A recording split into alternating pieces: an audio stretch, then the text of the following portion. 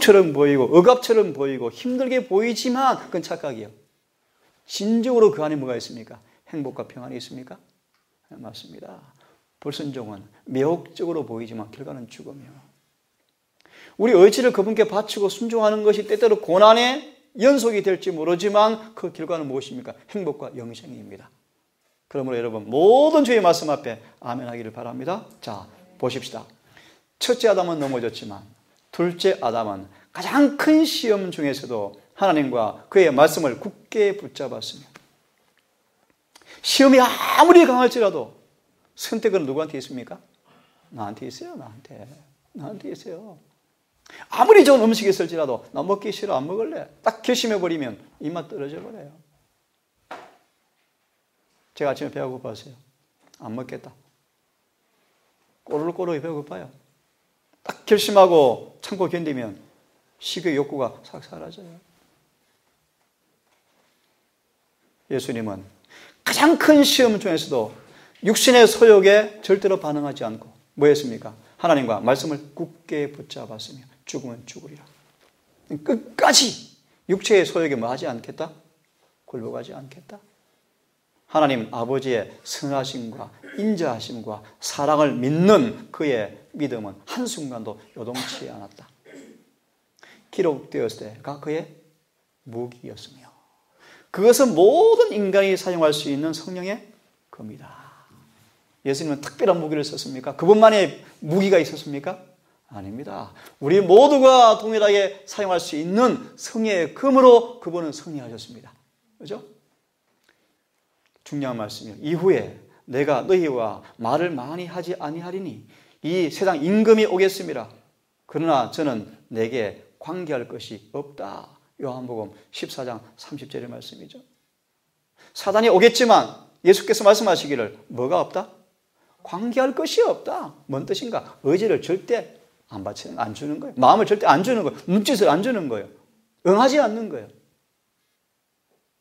무슨 뜻인가? 이 말씀의 뜻은 그에게는 유혹에 반응할 요소가 아무것도 없다는 말이다. 뭔 뜻이에요? 마음이 그분께 다 받쳐져 버리니까. 아버지께 다 드려버리니까. 그에게 닥친 여러 가지 유혹 가운데 단 하나에도 그는 반응을 보이지 않았다. 마치 요셉처럼, 에녹처럼. 그랬습니까? 거리에서는 한 번도 사단의 땅에 발을 들여놓지 않았고 따라서 사단을 유리하게 해주는 일도 없었다. 사단은 그분에게서 사탄의 전쟁을 고무시켜 줄 만한 것은 아무것도 발견하지 못하였다. 이 모본을 우리에게 세워놓으셨어요. 너희도 나를 따르라. 예수의 말씀을 굳게 붙들고 그분의 선하심과 인자하심을 굳게 믿고 어떤 결과가 온다 할지라도 그분의 선하심을 다 맡겨놓고 말씀 앞에 아멘 하는 거예요. 아멘. 순종하는 거예요. 의지를 바쳐버리는 거예요.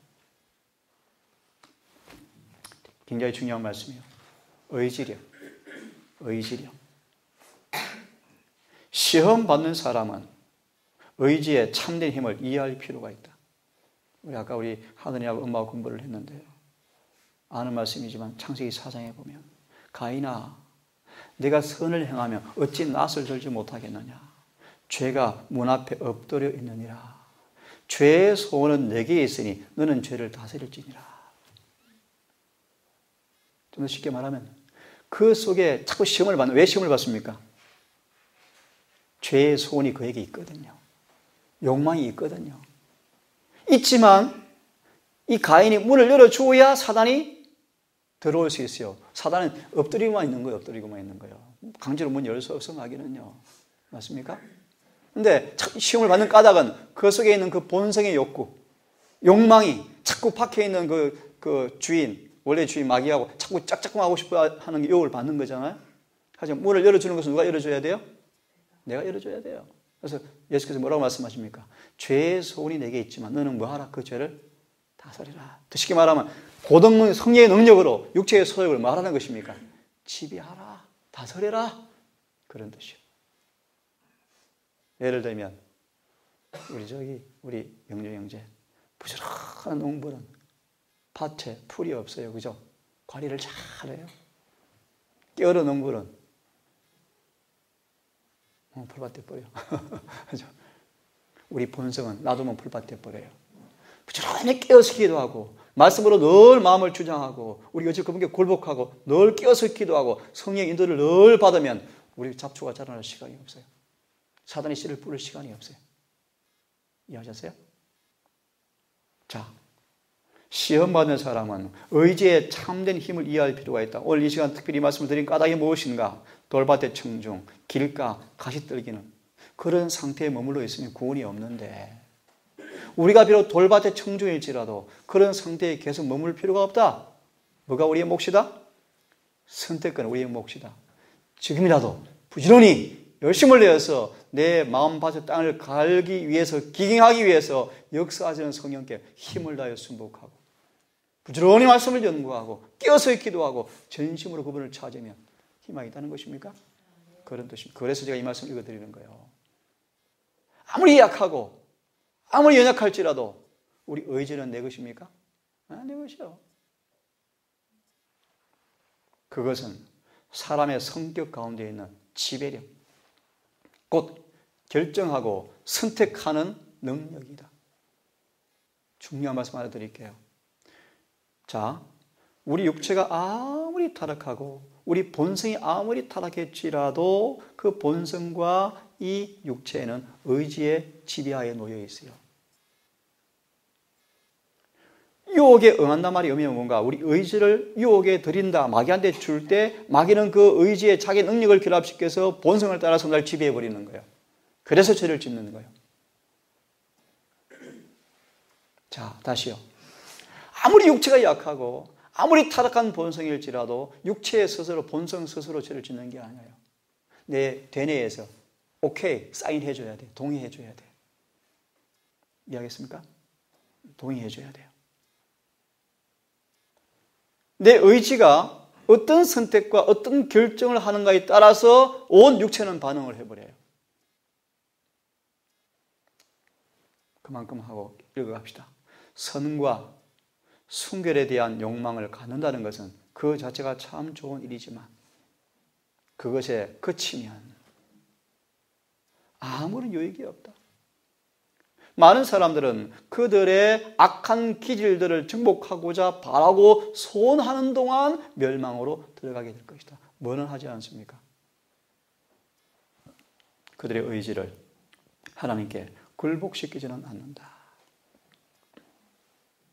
그들은 하나님을 섬기기를 택하지 않는다. 이게 짧게 써 있지만 이 굴복시키는 과정에서 십자가를 지는 경험이 수반되어지는 거예요. 예를 들어서 한 쉽게 예를 듭시다. 아주 강한 식욕의 욕구를 가진 어떤 음식에 대해서 끊는 것은, 다시 말하면 의지를 그걸 거절하고 기별에 따라 굴복시키는 것은 힘들어 안 힘들어요? 힘들어요.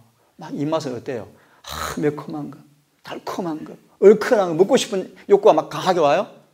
오죠. 사람들이 고기 끊고 담배를 끊으면 오는 것처럼 와요. 그런 사람들은 그런 부분에 있어서 의지를 바치는 것이 쉽지는 않을 거예요. 어려울 거예요. 하지만 끝까지 바쳐야 승리가 와요. 근데 많은 사람들은 맞아, 해야 돼, 맞아, 그렇게 해야 돼 라고 소원만 하지 뭐 하지 않는 거예요? 끝까지 의지를 바치지는 않는 거예요. 지난번 우리 성준이가 설교할 때 인용한 헐 목사, 승화를 경험하기 위해서 육과 영의 싸움 속에서 계속 싸워요. 싸우다가 실패하다가 이상한 교리에 빠져버렸는데 그럴 필요 없어. 너 그럴 필요 없어. 그 율법주의야. 그럴 필요 없어. 노력할 필요가 없어. 라는 거짓 가르침에 이 헐 목사가 동의하자 쉼이 왔는데 그 쉼은 속임수였어요. 오늘 공부했죠. 하나님. 싸움이 있어요?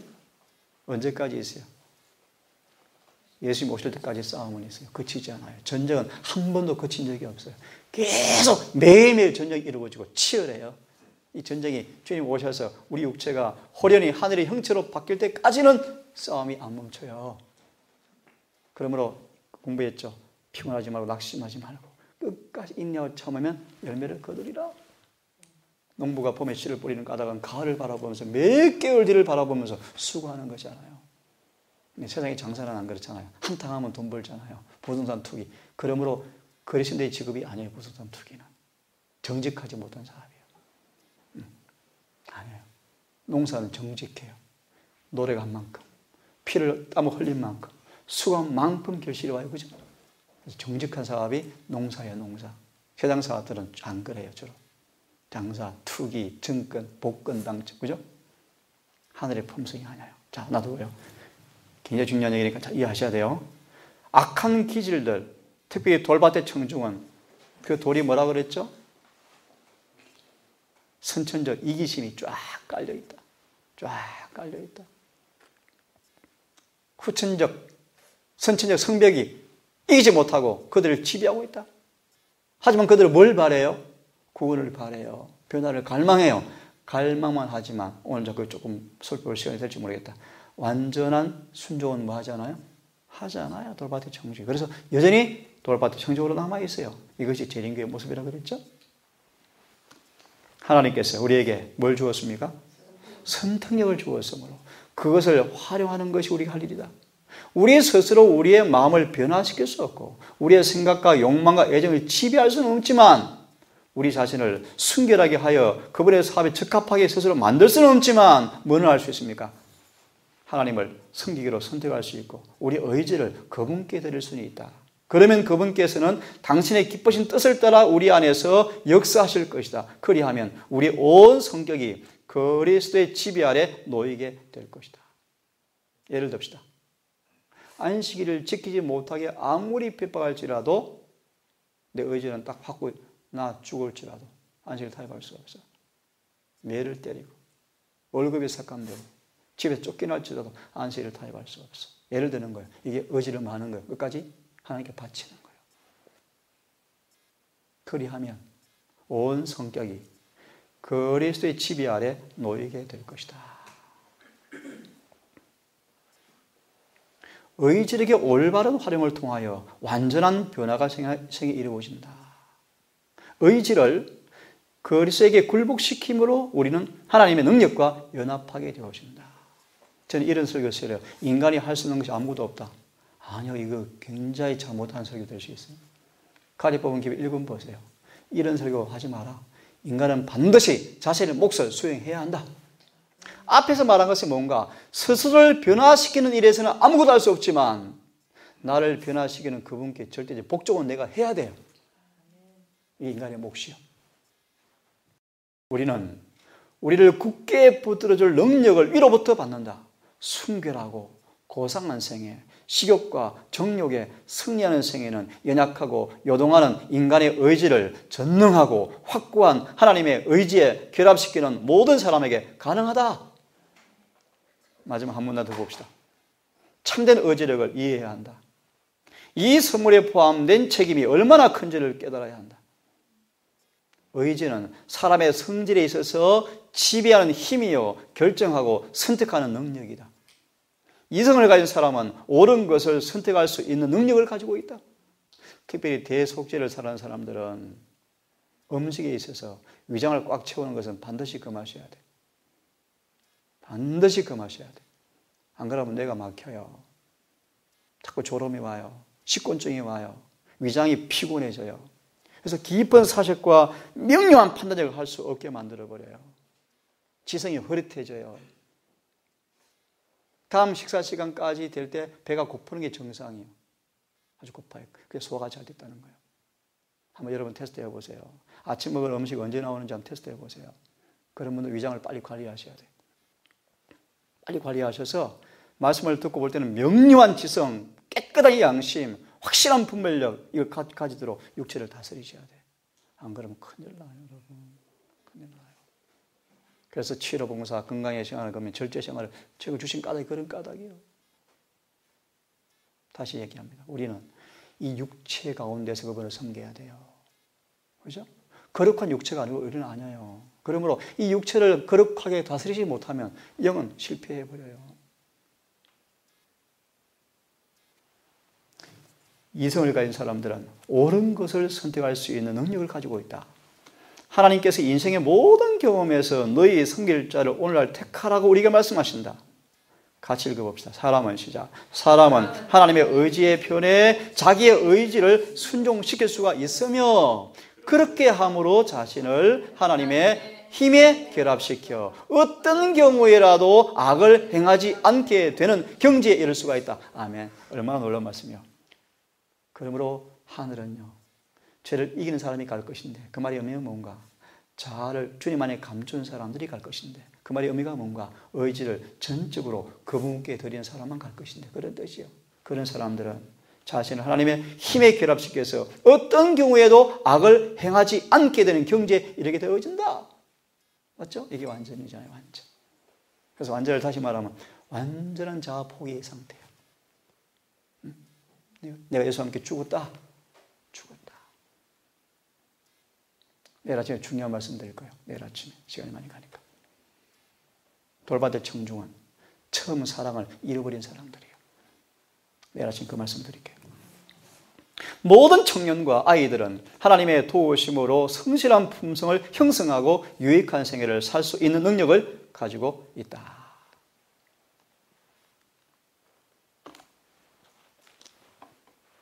자, 그럼 오늘 여기까지 하고 대충 마무리하고 싶습니다.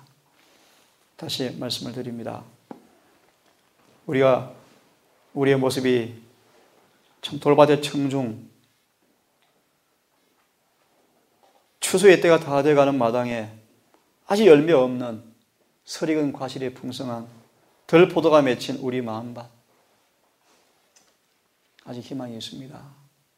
아직 은혜 받을 만한 때, 아직도 성령께서 우리 마음을 기경하기 위해서, 그 마력을 깨뜨리기 위해서 역사하실 때 끊임없이 여러분 마음을 성령께 굴복시키시고 의지를 바치셔서 부지런히 마음이 부드러워지고 깨어져서 우리 안에 돌이 제거되어지고 그분의 씨가 잘 바라고 싹트고 열매 맺는 그 밭이 될 수 있도록 하늘의 능력에 기꺼이 순응하시는 겸손한 모두가 되기를 간절히 바라면서 이 밤 이렇게 말씀을 마무리하겠는데요. 하나 읽어드리고 마치겠습니다. 돌밭의 청중은 거듭나야 하겠다. 거듭나야 하겠다. 그래야 하나님은 나를 볼 수 있다. 라는 말씀이 해당되는 말씀이에요. 돌밭의 청중은 아직 거듭나지 않은 사람들이에요. 이 우리 신자들이에요. 그들은 참된 성결을 경험하지 못한 사람들이다. 이것만이 참된 그리스도의 생애를 살아가는데 필요 불가결한 조건인데 예수께서는 전적인 헌신과 온전한 봉사를 요구하신다. 그분의 마음과 뜻과 목숨과 힘을 다하기를 요구하신다. 자아를 소중하게 여기지 말아야 한다. 자신을 위해서 사는 사람들은 그리스도인들이 아니다. 여기까지 하십시다. 그도 말합니다. 우리 마음밭을 잘 준비하시길 바랍니다. 기도합시다.